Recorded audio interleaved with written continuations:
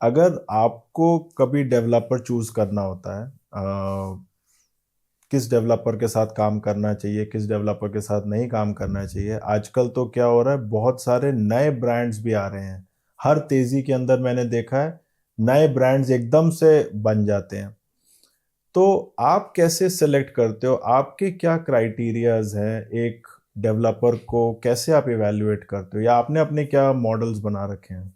मेरे देखो ब्रॉडली मेरे अपने लाइफ के एक्सपीरियंस में हमने जो कैटेगराइजेशन किया हुआ है वो 3 कैटेगरी में ब्रॉडली डेवलपर्स को हम रखते हैं। एक तो ओके। आपके कॉर्पोरेट डेवलपर्स हो गए जिनकी कॉर्पोरेट गुडविल अच्छी है, I am not naming anybody. Like public listed public listed companies. Companies हैं या इंडस्ट्रीज हैं काफ़ी बड़ी, और उनके लिए ये एक वन ऑफ दी डिवीजन है जहाँ पे गवर्नेंस कॉर्पोरेट बहुत अच्छी है। All these Tata Birla Godrej and हाँ ऑल। जी, हाँ जी, बिल्कुल जी। दूसरी कैटेगरी डेवलपर्स की आती है जहाँ पे डेवलपर हैं, देर इज़ अ लेगेसी, 40 साल 50 साल की डेवलपर्स की लेगेसी है, और कोर बिजनेस उनका बिजनेस डेवलपमेंट है और रियल एस्टेट डेवलपमेंट है, और कोई डिफॉल्ट्स नहीं है उनके।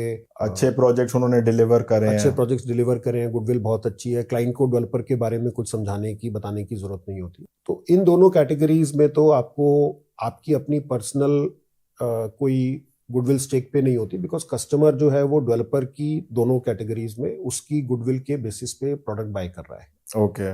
तो प्रोडक्ट उसके कॉस्ट के हिसाब से सूट करता है नहीं करता, इन्वेस्टमेंट अपॉर्चुनिटी है नहीं है, वो बहुत ज़्यादा आप इवेल्युएट नहीं कर सकते उसके अंदर, बिकॉज एक सिस्टम ड्रिवन प्रोडक्ट्स है ये। तो मतलब इसमें जो है एक एंड यूजर या इन्वेस्टर 100% सेफ है।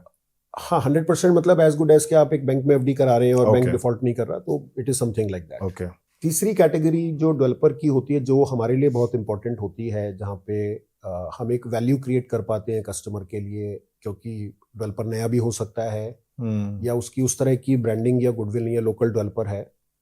वहाँ पे मेरे लिए एक बहुत इंपॉर्टेंट क्राइटेरिया ये है कि मेरे को मैनेजमेंट के साथ 1 to 1 कनेक्ट होना बहुत ज़रूरी है। ओके।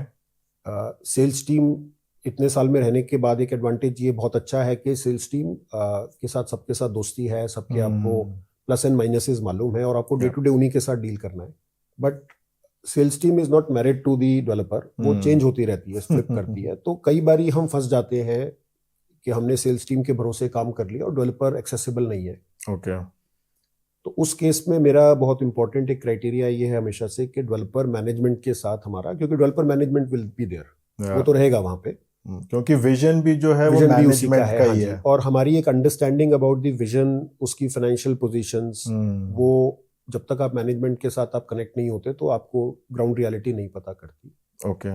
दूसरी चीज हमारे लिए एक इवैल्यूएशन प्रोसेस ये है कि वो स्पेकुलेटिव माइंडसेट नहीं होना चाहिए। डिलीवरी, देखिए डेवलपमेंट में एक प्रोडक्ट को डिजाइन करना हम्म। और उसको सेल करना एक चीज है, और उस हम्म। प्रोडक्ट को टाइमली डिलीवर करना दूसरी चीज है। अब टाइमली डिलीवर की आप क्राइटेरिया 6 महीने डिले है, या। 1 साल delay with out of the best intent, sometimes because of lack of experience, या कई बार इस वजह से भी डिले हो जाता है कि आपके गवर्नमेंट के रेगुलेशंस हैं इस तरह के, कोई या। क्लियरेंसेज नहीं आए, तो वो ठीक है, वो जस्टिफाइड है, लॉजिकली हम्म। राइट है।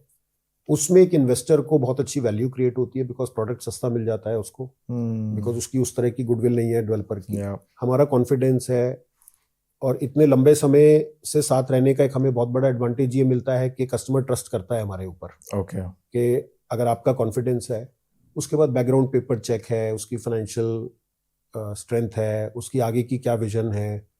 रेरा के बाद थोड़ी सी हमारी चेक्स एंड बैरियर्स हमारे थोड़े से कम हो गए हैं, क्योंकि रेरा ओके। काफ़ी चीज़ें तो रेरा ही आइडेंटिफाई कर लेता है चीज़ों या। को।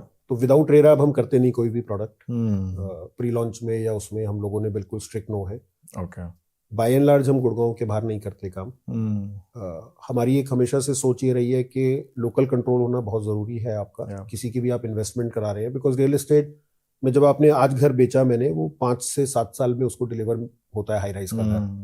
तो क्लाइंट को सर्विसिंग आपको अगले 5 से 7 साल करनी बहुत ज़रूरी है। या। हमने बुकिंग कराने का मतलब मॉरली वी आर बाउंड के हम उसको डिलीवरी तक उसको सपोर्ट करें कस्टमर। 100%। तो that is been the guiding factor to my sales team also. Rishabh को भी मैं हमेशा ही बोलता हूँ कि आपने घर बेचा है, आपकी जिम्मेवारी उसकी रजिस्ट्री कराने तक की उसकी है।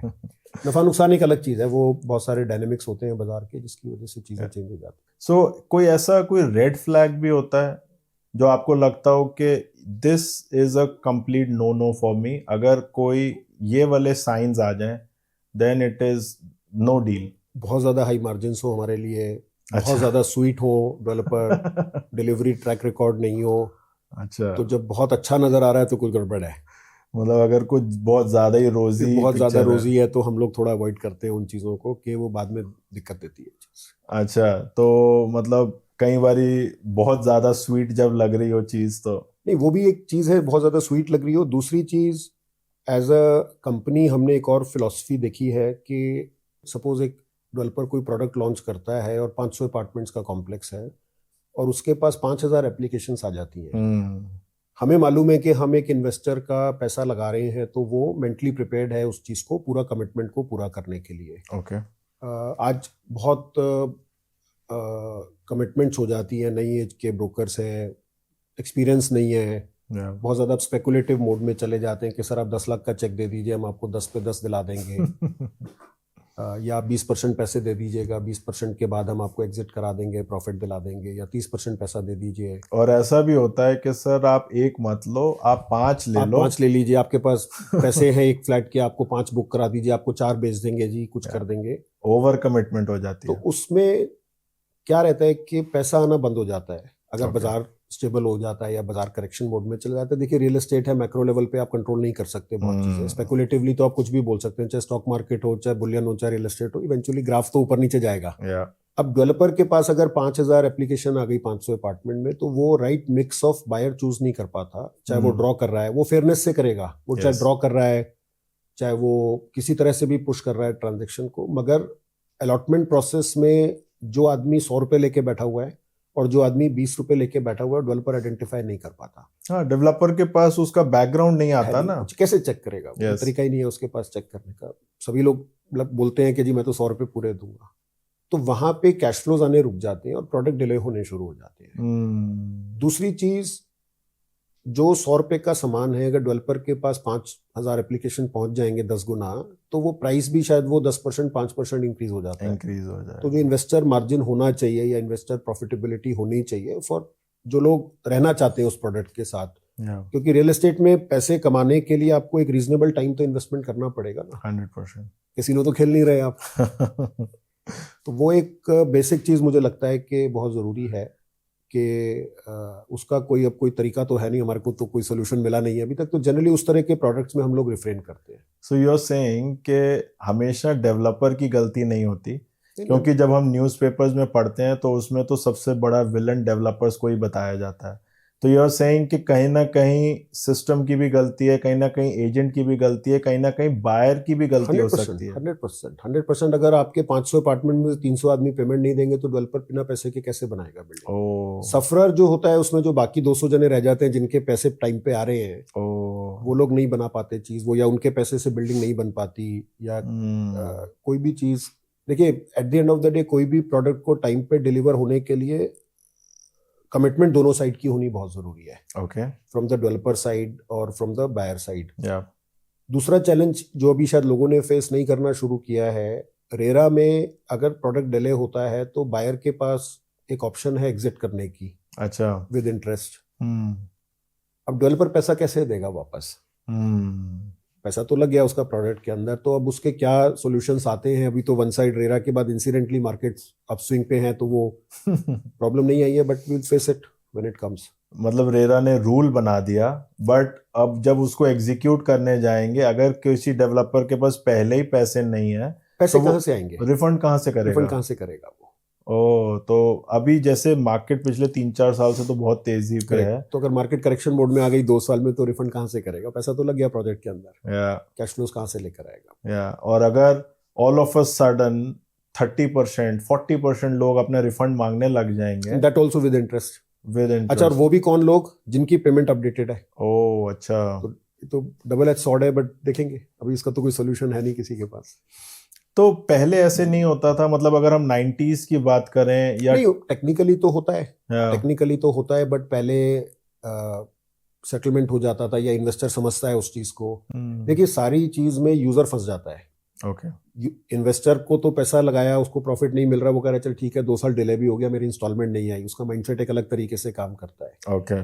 यूजर जो कैटेगरी है वो स्टकअप हो जाती है, बिकॉज उसने उस माइंडसेट से लिया नहीं। उसको वो 100 की चीज 200 300 या 70 रह जाए, उसको तो उसकी तो सिंपल एक रिक्वायरमेंट है कि मुझे घर चाहिए।